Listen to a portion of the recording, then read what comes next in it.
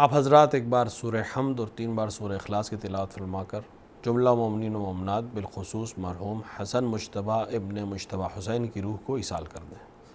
بسم اللہ الرحمن الرحیم، الحمدللہ رب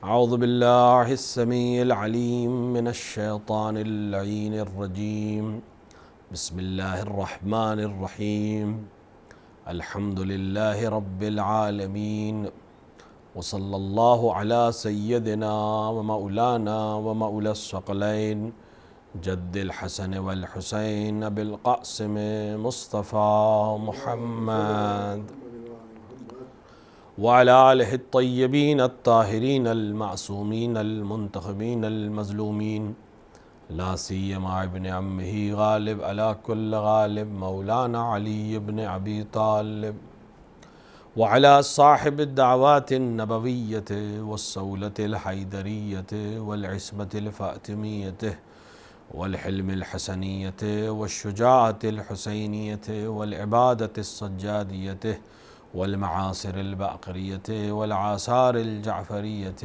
والعلوم الکاظمیۃ والحجج الرضویۃ والجود التقویۃ والنقاوۃ النقویۃ والحیبۃ العسکریۃ والغیبۃ الالہیۃ، صاحب العصر والزمان، امام الانس والجان، الحجۃ القائم المنتظر المہدی، ولعنۃ اللہ علی اعدائہم اجمعین من یوم ظلمہم الی لقاء یوم الدین وبعد یوم الدین، اما بعد فقد قال ابو الحسن علی الرضا علیہ الصلاۃ والسلام، الاخ الاکبر بمنزلۃ الاب، صلوات پر محمد وآل محمد صلی اللہ علیہ وسلم۔ امام رضا علیہ الصلاۃ والسلام نے ارشاد فرمایا، الاخ الاکبر یعنی بڑا بھائی، بمنزلۃ الاب باپ کی منزلت پر ہے، یعنی باپ کی جگہ پر ہے۔ اسلام نے اور ائمہ علیہ السلام نے، انبیاء کرام نے جو پورا دستور زندگی ہمارے لیے بیان کیا، اس کا تعلق صرف ہماری فردی عبادت سے نہیں ہے، بلکہ اس کا تعلق ہماری پوری زندگی سے ہے۔ اور چونکہ انسان کی زندگی رشتوں کے ساتھ منسلک ہے، انسان کی زندگی سماج کے ساتھ منسلک ہے، لہٰذا جتنے بھی قانون بنائے گئے، جتنی بھی تعلیمات دی گئیں، اس میں اس بات کا خیال رکھا گیا کہ انسان فردی عبادات اور فردی ارتقاء کے ساتھ ساتھ سماجی اور خانوادگی ارتقاء کو بھی پہنچے۔ اگر ایک انسان کمال چاہتا ہے، کمال پر پہنچنا چاہتا ہے، تو اس کے لیے ضروری ہے کہ سماج کے ساتھ اس کا رابطہ اچھا ہو، اور سماج کے ساتھ رابطہ تبھی اچھا ہو سکتا ہے جب انسان کا اپنے گھر میں افراد سے رابطہ اچھا ہو۔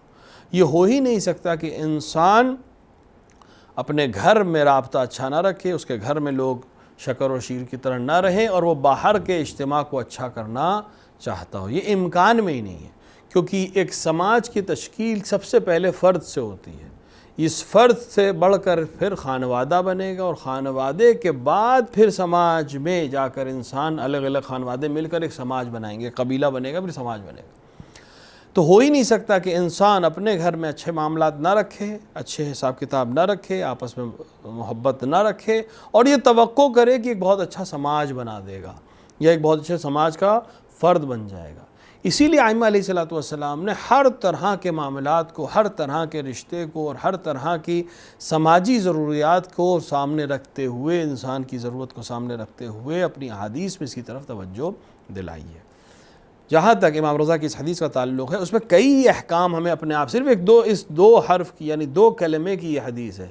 الاخ الاکبر ایک جملہ ہے، بمنزلۃ الاب بات ختم ہو گئی، مبتدا خبر بات ختم ہو گئی۔ لیکن اس کو اگر انسان غور سے سمجھے اور دیکھے اور غور کرے کہ امام معصوم کیا کہنا چاہ رہے ہیں، آسان سے ترجمہ یہ ہے کہ بڑا بھائی باپ کی جگہ پر ہے، بات ختم ہو گئی۔ لیکن مسئلہ یہ ہے کہ جو کہہ رہا ہے وہ حکیم ہے، جو کہہ رہا ہے وہ امام ہے، جو کہہ رہا ہے وہ ہدایت کے لیے آیا ہے۔ اس کا کوئی جملہ صرف ایسا ہی نہیں ہوگا، کسی نہ کسی وجہ سے امام نے کہا ہوگا۔ امام یہ فرمانا چاہ رہے ہیں کہ بیٹے بڑے بھائی کو، اپنے بڑے بھائی کو باپ کی جگہ پر دیکھو، یعنی کیا مطلب ہے؟ یعنی پہلی چیز جو اس کے اندر ذہن میں آنی چاہیے انسان کے، باپ کی ذمہ داری کیا ہے؟ باپ کی ذمہ داری ہے تربیت، لہٰذا بڑے بیٹے کی ذمہ داری ہے چھوٹے بھائیوں کی تربیت کرنا، اور چھوٹے بھائیوں کی ذمہ داری ہے بڑے بھائی کو باپ کے عنوان سے دیکھنا، یعنی جب وہ تربیت کر رہا ہے، کوئی بات کہہ رہا ہے تو اس کو قبول کرنا۔ امام دونوں چیزیں کہہ رہے ہیں، بڑے کے اوپر ذمہ داری ہے کہ وہ یہ سمجھے کہ میں باپ کی جگہ پر ہوں، لہٰذا تربیت کا عنصر اس کے اندر خود بھی جا کے خود بھی تربیت حاصل کرے اور دوسروں کو بھی تربیت دے۔ چھوٹوں کے لیے اوپر ذمہ داری ہے کہ وہ بڑے بھائی کی طرف ایسے ہی دیکھیں جیسے باپ کی طرف دیکھا جاتا ہے، یعنی اگر باپ کبھی ٹوک دے تو حق نہیں ہے اف کہنے کا، اسی طرح بڑے بھائی اسی منزل پر ہے، اگر وہ تمہاری تربیت کے لیے تمہیں روک دے تو تمہیں اس کی بات کو ماننا ہے اور تسلیم کرنا ہے۔ آج ہم جس دور میں گزر رہے ہیں وہاں اکثر معاملات صرف اس لیے خراب ہیں کہ لوگ حقوق کی رعایت نہیں کر رہے ہیں، ماں باپ کے حقوق کی رعایت نہیں ہو رہی، اولاد کے حقوق کی رعایت نہیں ہو رہی ہے، بھائی کے حقوق کی رعایت نہیں ہے، بہنوں کے حقوق کی رعایت نہیں ہے، ایک دوسرے کے متقابل حقوق کی رعایت نہیں ہے، یا تربیت کے حوالے سے خود والدین ایک بہت بڑی غلطی یہ کرتے ہیں کہ بھائی کو وہ منزلت اپنی زندگی میں نہیں دلاتے، یعنی اگر بڑا چھوٹے سے کچھ کہتا ہے تو اس وقت باپ یاد دلائے چھوٹوں کو کہ یہ بڑا ہے، میرے بعد سب سے بڑا یہی ہے، لہٰذا یہ تمہارے اوپر ایک سرپرستی کی نگاہ رکھتا ہے، ایک ید طولا رکھتا ہے تمہارے اوپر۔ اگر وہ اپنی زندگی میں اس بات کو طے کر دیں اور اس کی تربیت کر دیں کہ ہمارے بعد اس کا ہے حساب کتاب تمہیں رکھنا ہے، تو خود بڑے کے اوپر بھی ذمہ داری ہو جائے گی کہ وہ پھر احساس کرے گا ذمہ داری کا۔ دیکھیں جب انسان کے اوپر ذمہ داری آتی ہے تو اس سے خطائیں کم ہونے لگتی ہیں۔ اگر بڑے کو یہ احساس دلا دیا جائے کہ تم باپ کی منزلت پہ ہو، کل تمہیں تربیت کرنی ہے، کل تمہارے حکم کی تعمیل ہونی ہے، تو وہ اپنے آپ کو روکنے کی کوشش کرے گا کہ پھر مجھ سے خطا نہ ہو۔ اگر یہ عنصر ہم ڈیولپ نہیں کریں گے تو پھر اس کو اپنے آپ کو آزاد سمجھے گا۔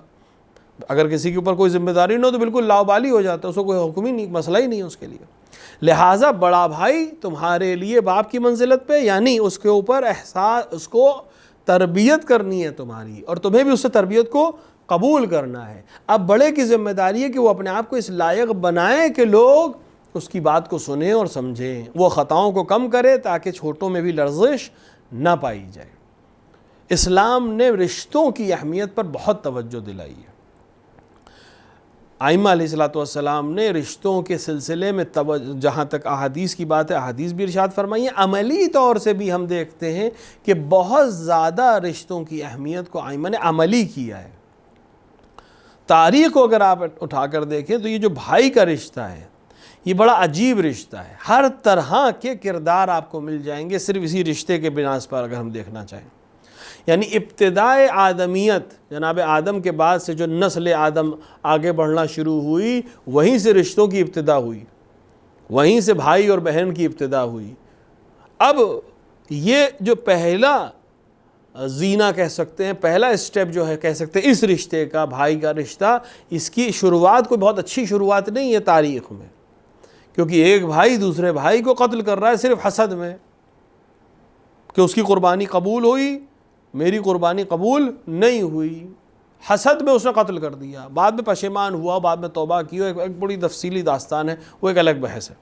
بہرحال ابتدائے آدمیت اور ابتدائے انسانیت میں اس رشتے کو کوئی بہت اچھی تصویر ہمیں نہیں ملتی، لیکن عظمت اس رشتے کی اتنی زیادہ ہے کہ جب جناب موسیٰ علی نبینا علیہ السلام کو ذمہ داری دی گئی تو جناب موسیٰ نے فوراً دعا کی کہ خدایا مجھے مدد فرما، میری مدد فرما۔ بہت سی دعائیں کی تھی جناب موسیٰ نے کہ میرے سینے کو کشادہ کر دے، میری زبان کو فصیح اور بلیغ کر دے، اور ساتھ ہی ساتھ میرے بھائی کو میرا وزیر بنا دے۔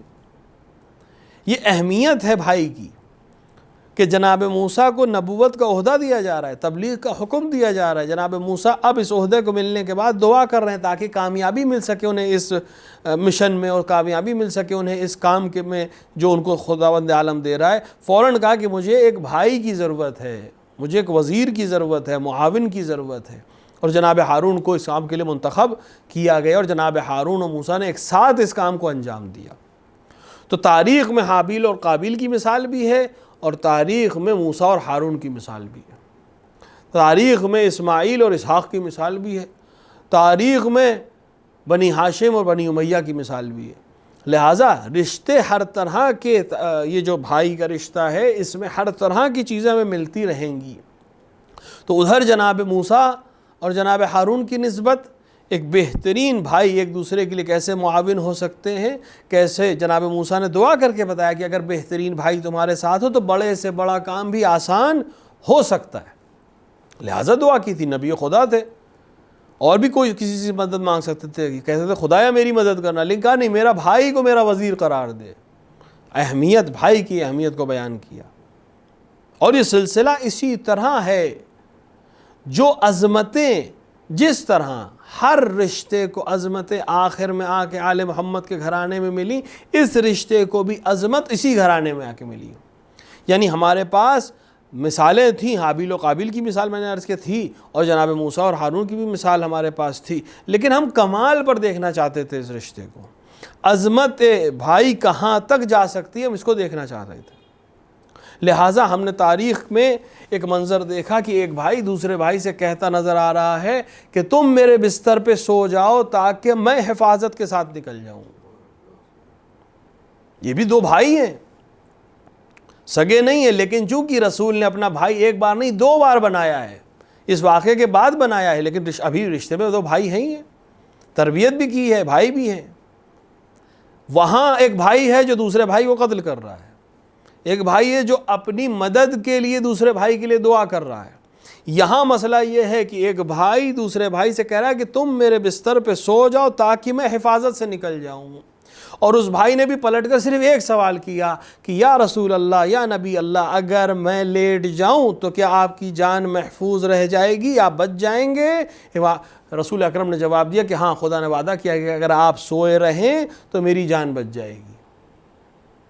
کمال پر پہنچایا امیر المومنین نے بھائی کے رشتے کو، کہ اس بستر پہ لیٹ گئے جو نبی کا بستر تھا، اور اس طرح سے لیٹے کہ خود اعتراف کیا کہ جیسی نیند مجھے اس بستر پہ آئی پوری عمر وہ اس طرح کی نیند مجھے نہیں آئی۔ کیوں؟ کیونکہ آج سونا عبادت تھا علی کے لیے، آج اللہ کی راہ میں سو جانا ہی عبادت تھا۔ نبی کو بچانے کے لیے نہ آج تلوار چلانی تھی، نبی کو بچانے کے لیے نہ آج جہاد کرنا تھا، نبی کو بچانے کے لیے نہ آج دروازے پہ کھڑا ہونا تھا، بلکہ نبی کو بچانے کے لیے آج سونا تھا۔ لہٰذا امیر المومنین نے بھائی ہونے کی لاج رکھتے ہوئے اس طرح سے سوئے کہ صبح تک کسی کو خبر بھی نہ ہو پائی کہ سونے والا کوئی اور نہیں ہے، یعنی نبی نہیں ہے۔ اور اس منزلت پر پہنچے بھائی کی پھر آخر یہ کمال ہے واقعاً، ایک نیند کا کمال جب معرفت کے ساتھ ہو، جب قربانی کے ساتھ ہو، جب حکم کے ساتھ ہو، تو ایک نیند انسان کو اس مقام پر پہنچاتی ہے کہ وہ اسی نیند میں وہ سودا کر لیتا ہے جو پوری دنیا جاگتے ہوئے بھی نہ کر پائی، کہ رضا الہی کو نیند کے عوض میں لے لیتا ہے۔ رضا الہی کے مالک بن گیا صرف ایک نیند کے عوض میں۔ کیوں؟ کیونکہ نیند صرف اللہ کے رسول کو بچانے کے لیے تھی، اپنی جان کی پرواہ نہیں تھی۔ کسی کو اگر بتا دیا جائے کہ 40 جنگی تلواریں گھر کے باہر ہیں اور کسی آن بھی گھر میں داخل ہو کے تمہیں قتل کر سکتے، کون سوئے گا ایسے ماحول میں؟ لیکن علی نے اس ماحول میں سو کر بتایا کہ مجھے کتنا اطمینان ہے وعدہ الہی پر اور کتنا اطمینان ہے قول رسول پر۔ رسول نے ہجرت کر لی، ایک بھائی کا مقام۔ اور بعد ہجرت بھی 2 دفعہ جب رسول نے پیغام اخوت مہاجر و انصار میں، بعد میں دوبارہ مہاجرین میں ایک بار اخوت کروائی پیغمبر اکرم نے اللہ کے حکم سے، یعنی یہ مہاجر جو مکے سے آئے تھے ان کو آپس میں ایک دوسرے کا بھائی بنایا، اور اس موقع پہ پیغمبر اکرم نے امیر المومنین کو اپنا بھائی چنا۔ اور ایک دفعہ پیغمبر اکرم نے مہاجر و انصار کو آپس میں بھائی بنایا۔ مہاجر وہ لوگ تھے جو مکے سے ہجرت کر کے مدینے آئے تھے، اس لیے مہاجر کہلاتے تھے، اور انصار وہ لوگ تھے جو مدینے میں تھے، نصرت پیغمبر کے لیے تیار ہوئے تھے، لہٰذا انصار کہلاتے ہیں۔ چونکہ ان میں آپس میں کوئی تلخی نہ رہ جائے، مل کے کام کر سکیں، لہٰذا پیغام اخوت کروایا پیغمبر اکرم نے ان دونوں کے درمیان۔ اس موقع پر بھی جب مہاجر اور انصار کے درمیان پیغام اخوت ہو رہا تھا، ایک کو ایک دوسرے کا بھائی بنایا جا رہا تھا، تب بھی پیغمبر اکرم نے امیر المومنین کو اپنا بھائی چنا، یہ کہتے ہوئے کہ دنیا میں سب رشتے ٹوٹ جائیں گے لیکن میرا اور تمہارا برادری کا پیمان دنیا میں بھی ہے اور آخرت میں بھی ہے۔ تم دنیا میں بھی میرے بھائی ہو، آخرت میں بھی میرے بھائی ہو۔ اسی طرح زن و شوہر کے رشتوں کے لیے کہ ہر رشتہ ٹوٹ جائے گا سوائے جناب صدیقہ طاہرہ و امیر المومنین کے رشتے کے، کیونکہ یہ عقد یہاں نہیں وہاں ہوا ہے، یہ وہاں کا رشتہ ہے جو یہاں ہم دیکھ رہے ہیں۔ تو پیغمبر نے بھائی بنایا امیر المومنین کو، بھائی نے بھی لاج رکھی کہ جب بھائی کو ضرورت پڑی سب سے آگے تھے۔ ماہ مبارک ہے رمضان کی تقریباً آخری ایام ہے، یہ ماہ مبارک رمضان امیر المومنین سے منسوب ہے، شہادت امیر المومنین سے منسوب ہے۔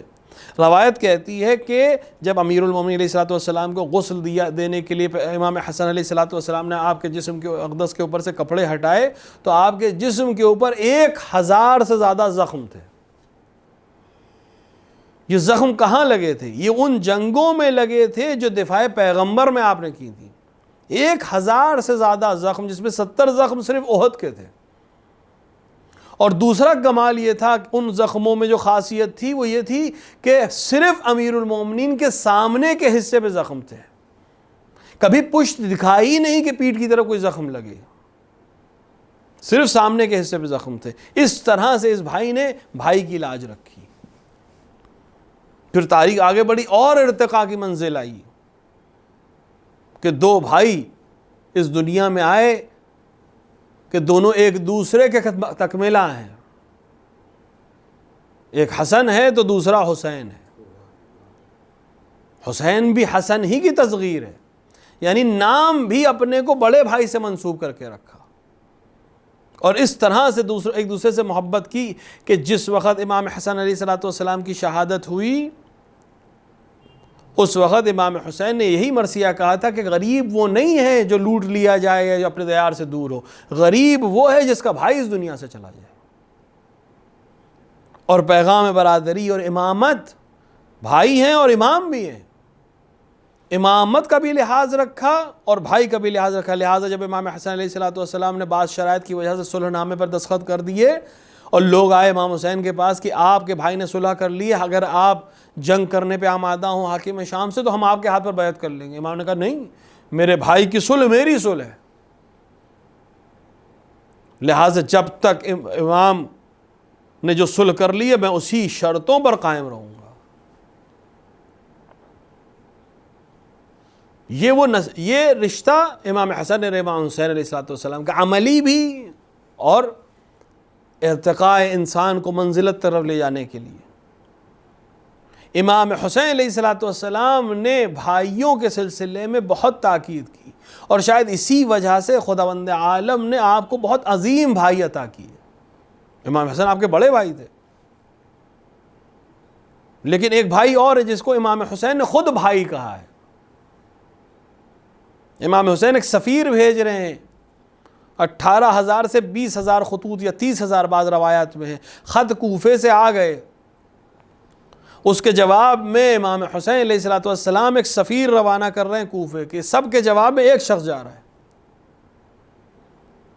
اور اس سے کہہ رہے ہیں کہ تم وہاں جا کر دیکھو حالات، تم جو کہہ دو گے میں اس پر عمل کروں گا۔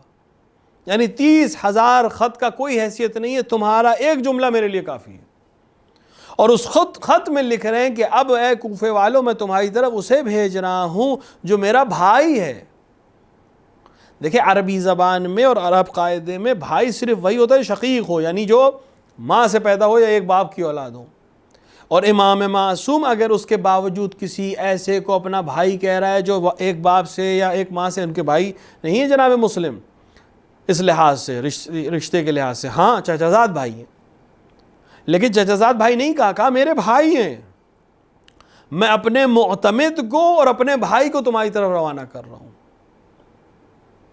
تو پھر جناب مسلم نے اس کلمے کی، امام کی اس نیت کی لاج رکھی کہ کوئی ایسا عمل انجام نہیں دیا جو حسین ابن علی کی پسند کے خلاف ہوتا۔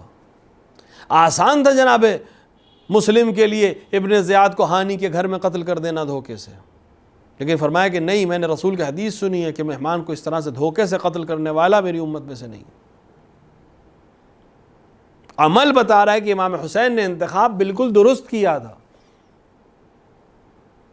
بہت آسان تو سوچتے کہ یہ کوفے کے سارے معاملات ابھی ٹھیک ہو جائیں گے، توجیہ کر سکتے تھے کہ میں نے ظالم کو قتل کیا ہے، لیکن نہیں، وہ نہتہ ہے، وہ اس وقت مہمان بن کے آیا ہے، میں کسی اور کے گھر پہ اس طرح سے قتل نہیں کروں گا۔ بھائی ہونے کی حیثیت سے امام نے چونکہ بھائی بنایا ہے، لہٰذا جب جناب مسلم نے خط لکھ دیا تو امام حسین چل دیے وہاں سے۔ اور یہی وجہ تھی کہ جناب مسلم کو دار پر لے جایا جا رہا تھا، دار الامارہ کی چھت پہ لے جایا جا رہا تھا قتل کرنے کے لیے، آپ کی آنکھوں سے اشک رواں تھے، تو کسی نے پوچھا تھا کیا پشیمان ہو؟ کہا پشیمان نہیں ہوں، میں پریشان اس لیے ہوں کہ میرے خط کے جواب میں حسین اپنے کاروان کے ساتھ کوفے کی طرف آ رہے ہیں۔ 30,000 لوگوں نے خط لکھا ہے، حسین نہیں آئے، میرے کہنے پہ آ رہے ہیں، اور یہاں کے حالات اب بگڑ چکے۔ کاش کسی طرح میں امام تک یہ بات پہنچا سکتا کہ امام اب نہ آئیے۔ یہ محبت۔ تو بھائی تاریخ میں ایسے گزرے جن کو دیکھنے اور سمجھنے کے بعد انسان اگر ترقی کرنا چاہے، اپنے بھائی کی عظمت کو سمجھنا چاہے، اس پر عمل کرنا چاہے تو کمال تک پہنچ سکتا ہے۔ اور کردار کے لحاظ سے، عمل کے لحاظ سے اگر بھائیوں میں آپس میں اختلاف ہو تو شریعت نے بہت شدت سے منع کیا ہے۔ امام موسیٰ کاظم علیہ السلام کے زمانے میں راوی بیان کرتا ہے کہ ایک زمانے میں امام موسیٰ کاظم علیہ السلام مکے میں مخفی زندگی گزار رہے تھے حکومت سے بچنے کے لیے، اور بہت کم لوگ ان سے مل پاتے تھے۔ تو ایک دن راوی کہتا ہے کہ امام نے مجھے بلایا، کہا کل جب طواف کعبہ کے لیے جانا تو وہاں تمہیں ایک شخص ملے گا اس طرح کے شمائل کے ساتھ، ان نشانیوں کے ساتھ، اس کو میرے پاس لے آنے سے، مطلب وہ کوئی خاص تھا۔ وہ شخص بیان کرتا ہے کہ میں گیا اگلے دن خانہ کعبہ کے پاس، اس شخص کو میں نے ڈھونڈا، دیکھ کے مل گیا، امام نے جو نشانیاں بتائی تھی وہ دکھ گئی مجھے، اس کو لے کر امام کی خدمت میں آ گیا۔ سلام علیہ کے بعد امام نے اس سے پوچھا تمہارا بھائی کہاں ہے؟ تم دونوں ساتھ نکلے تھے حج کرنے کے لیے یا عمرہ کرنے کے لیے، بھائی کہاں ہے تمہارا؟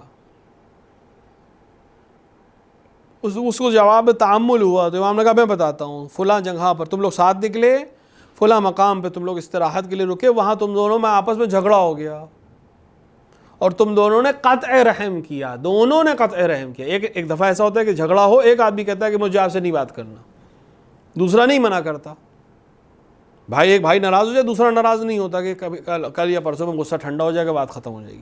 ایک دفعہ سے دونوں ایک دوسرے سے قطع رحم کریں، دونوں نے قطع رحم کیا، کہا تم دونوں نے قطع رحم کیا، یعنی دونوں نے ایک دوسرے سے تعلقات کو ختم کیا، قطع رحم۔ اور اس عمل کے نتیجے میں خداوند عالم نے تم دونوں کی عمر کو ختم کر دیا۔ وہاں سے نکلنے کے بعد تم دوسرے قریے میں گئے اپنی ایک پھوپھی سے ملنے، لہٰذا تم نے چونکہ صلہ رحم کیا اور پھوپھی سے ملے، تھوڑی دیر کے لیے جا کے ان کے پاس بیٹھے، خداوند عالم نے پھر سے تمہاری عمر بڑھا دی، لیکن تمہارے بھائی کی عمر ختم ہو چکی، وہ اپنے گھر پہنچنے سے پہلے مر جائے گا۔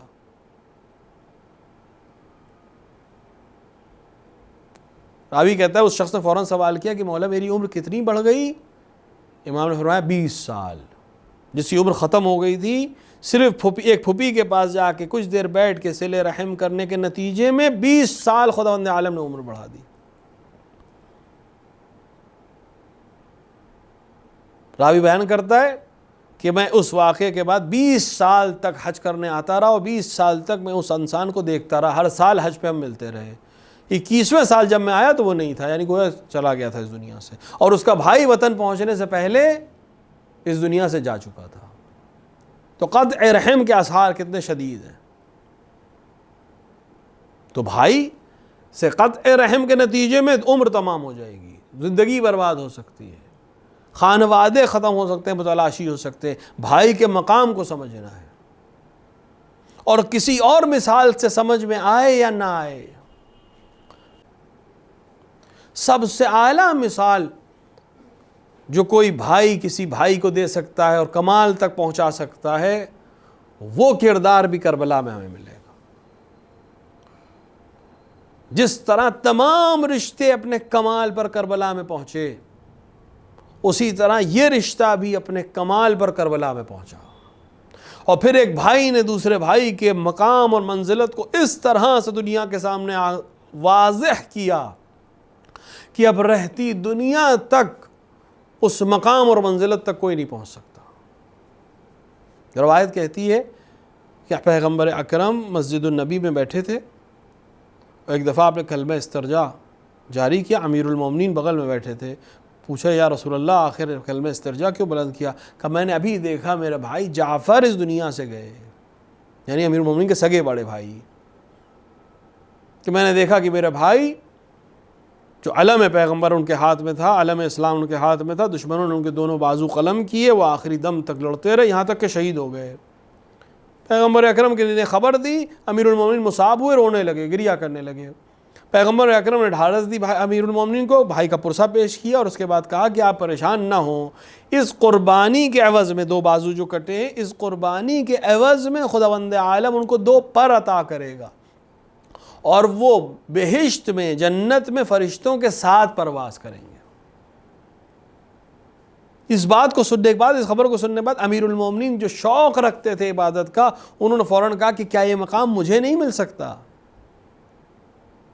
پیغمبر اکرم نے کہا نہیں، آپ کو نہیں، آپ کا مقام دوسرا ہے، لیکن ہاں خداوند عالم آپ کو ایک بیٹا عطا کرے گا جو اسی طرح اپنے امام کی نصرت میں اپنے بازوؤں کو قلم کرے گا، اور خداوند عالم اس کو وہی مقام دے گا بلکہ اس سے اعلیٰ مقام دے گا، اور ایسا مقام دے گا کہ تمام شہداء اس کے مقام پر غبطہ کریں گے۔ جعفر طیار کی شہادت پر پیغمبر نے عباس کے آنے کی خبر دی ہے۔ وہ بھائی جو رشتے میں امیر المومنین کا بیٹا ہے، رشتے میں حسین ابن علی کے بھائی ہیں، لیکن تربیت اس طرح سے ہوئی ہے کہ بھائی ہونے کے باوجود ہمیشہ آقا کہتے ہیں۔ بڑا بھائی باپ کی منزلت پر ہے، خصوصاً اگر وہ امام ہو تو واجب العطاء ہے۔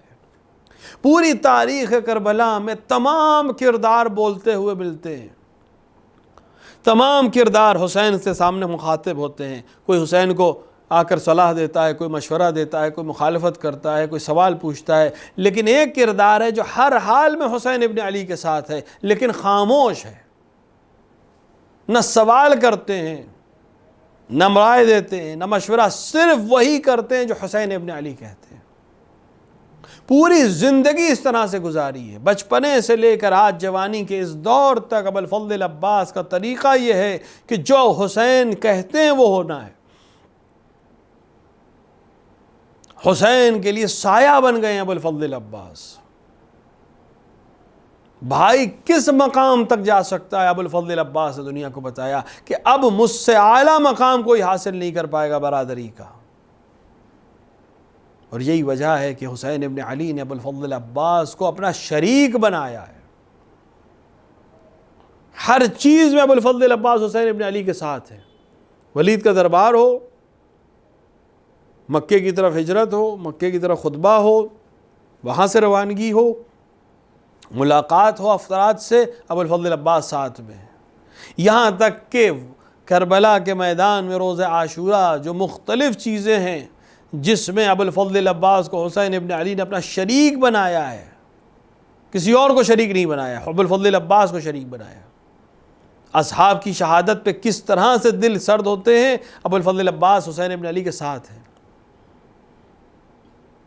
اگر حسین ابن علی کا دل بے بھائیوں کی شہادت کو دیکھ کر ملون ہو، محزون ہو رہا ہے تو ابو الفضل عباس اپنے بھائیوں کی قربانی دے کر اس میں شریک ہیں۔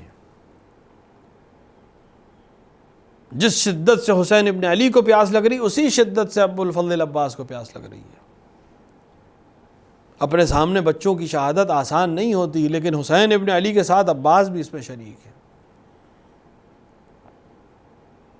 اختلاف علماء میں، لیکن تقریباً تمام علماء اس بات پر متحد ہیں کہ ابو الفضل عباس آخری مجاہد تھے کربلا کے، اور شاید یہی وجہ تھی کہ ہر مقام پر شہید امام حسین کے ساتھ ابو الفضل عباس رہے تاکہ اس مقام تک پہنچ سکیں، بالکل خاموشی کے ساتھ، جو آقا کہیں گے مجھے وہ کرنا ہے۔ ایک بھائی کس کمال تک پہنچ سکتا ہے اگر کسی کو دیکھنا ہے تو ابو الفضل عباس، کہ اب رہتی دنیا اگر بھائیوں کی مثال دے گی تو سب سے عظیم مثال ابو الفضل عباس کی۔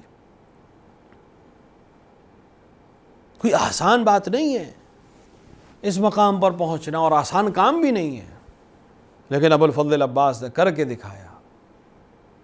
کہ اگر انسان کمال پر پہنچنا چاہے اور معرفت پر حاصل کرنا چاہے تو کر سکتا ہے، اور کس طرح سے کر سکتا ہے۔ لہٰذا کربلا کے میدان میں ایک اکیلی ذات ہے جو سب کی ڈھارس ہے۔ انصار کو یہ اطمینان ہے کہ پرچمدار ابو الفضل العباس ہے، بنی ہاشم کو اطمینان ہے کہ قمر بنی ہاشم ہمارے درمیان موجود ہے، زینب و ام کلثوم کو ڈھارس ہے کہ عباس موجود ہے، بچیوں کو ڈھارس ہے کہ چچا عباس موجود ہے، اور کمال تو یہ کہ حسین ابن علی کو اطمینان ہے۔ روایات میں ہے، علماء نے بیان کیا ہے کہ اگر کوئی انسان عظمت ابو الفضل العباس کو سمجھنا چاہے تو اس جملے سے سمجھے، وہ جو دعا کے جملے ہیں کہ اگر کسی کو خاص حاجت پیش آ جائے تو ابو الفضل العباس کی خدمت میں صلوات کا ہدیہ پیش کریں اور یہ جملہ کہیں، یا کاشف الکرب عن وجہ الحسین اکشف کربی بحق اخیک الحسین۔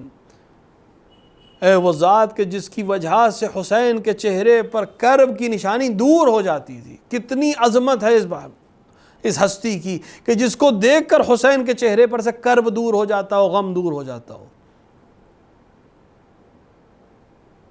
لیکن ایک ایک کر کے انصار اس دنیا سے جاتے رہے، بنی ہاشم کے چاند ایک کے بعد ایک ڈوبتے رہے، یہاں تک کہ تاریخ نے وہ منظر دیکھا کہ ابو الفضل العباس ہاتھوں کو جوڑ کر مولا کے سامنے کھڑے ہیں کہ آقا غلام کو مرنے کی اجازت دے دیجیے۔ وہ خاص جملہ جو ابو الفضل العباس کے اس جملے پر امام حسین نے فرمایا کہ بھیا تم تو میرے لشکر کے علمدار ہو۔ ابو الفضل العباس ہمیشہ خاموش رہتے تھے، لیکن اس جملے کے جواب میں ایک جملہ کہا، آقا وہ لشکر ہی کہاں رہا جس کا میں علمدار تھا، اب جہاں لشکر ہے وہیں علمداری کروں گا۔ روایت کہتی ہے کہ اسی اثنا میں ایک بار صدائے العطش بلند ہوئی، حسین نے اس آواز کی طرف متوجہ ہوئے، مولا عباس بھی متوجہ ہوئے، ایک بار کہا اے بھیا جانا ہی چاہتے ہو تو کم سے کم ان بچوں کے لیے کچھ سبیل آب ہو جائے۔ عباس کو اطمینان مل گیا، ایک بار بی بی کے پاس آئے، بی بی اپنی مشک لا کر مجھے دے دیجیے۔ اجرکم اللہ۔ ہاں، سکینہ نے آ کر اپنی مشک مولا ابو الفضل العباس کو دے دی۔ کتنا اطمینان اس بچی کو رہا ہوگا، کتنی ڈھارس اس بچی کو مل گئی ہوگی کہ میرا چچا پانی لینے جا رہا ہے جس کا کوئی ثانی نہیں، جس کا کوئی مقابلہ کرنے والا نہیں۔ ہاں، عباس پانی لینے کے لیے دریا کی طرف چلے گئے، لوگوں نے علم کو اٹھتے ہوئے دیکھا، اس کے بعد علم کو جھکتے ہوئے دیکھا۔ ہاں، یہ احساس ہوا کہ علم اب ترائی تک پہنچ گیا ہوگا، علم اب دریا کی طرف پہنچ گیا ہے۔ تاریخ کہتی ہے عباس دریا میں داخل ہوئے، مشک کو بھرنا شروع کیا، سوکھی ہوئی مشک، نہ جانے اس میں کب سے پانی نہیں تھا، لیکن عباس نے اس مشک کو بھرا ہے، مشک کو اپنے اوپر دوبارہ ہاتھوں میں لیا ہے، اب واپس لوٹنا ہے، صرف ایک آرزو ہے کہ یہ پانی حکینہ کے لبوں تک پہنچا دوں۔ بھاگا ہوا دشمن ایک بار لوٹا ہے، اسے معلوم ہے اگر یہ پانی قیام حسینی میں پہنچ گیا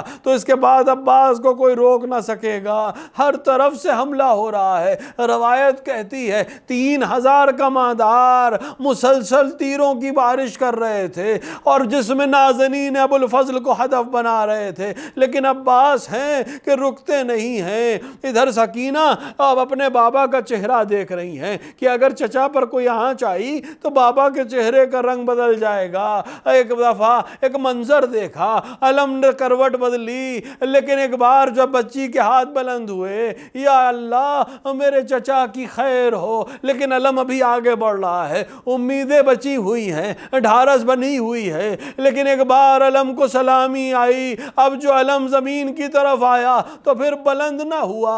ہاں، بچی کی آس ٹوٹ گئی، ادھر غضب ہو گیا، ایک بازو قلم ہوا لیکن عباس نہ رکے، دوسرا بازو قلم ہوا، علم زمین پر آیا لیکن عباس نے مشک کو اپنے دہن میں لے لیا۔ روایت کہتی ہے کہ عباس کے دہن میں اس طرح سے مشک تھی جیسے شیر کے دہن میں بچہ آہو ہوتا ہے، لیکن عباس رک نہیں رہے تھے۔ کسی نے آواز دی عباس اس طرح نہ رکیں گے، تم ان مشک کے اوپر مشق پر حملہ کیا جائے. ہاں کسی تیر انداز نے حملہ کیا، ایک تیر سنسناتا ہوا آیا، مشق میں پیوست ہوا، مشق سے پانی گرنا شروع ہوا. عباس کی امیدیں منقطع ہو گئیں. ایک بار گھوڑے کے رخ کو موڑ دیا، ہر طرف سے دشمنوں کا حملہ ہے. ارے وہ دفاع کیسے کرے جس کے بازو قلم ہو چکے ہوں؟ تصویر علی دشمنان علی کے نرغے میں ہے.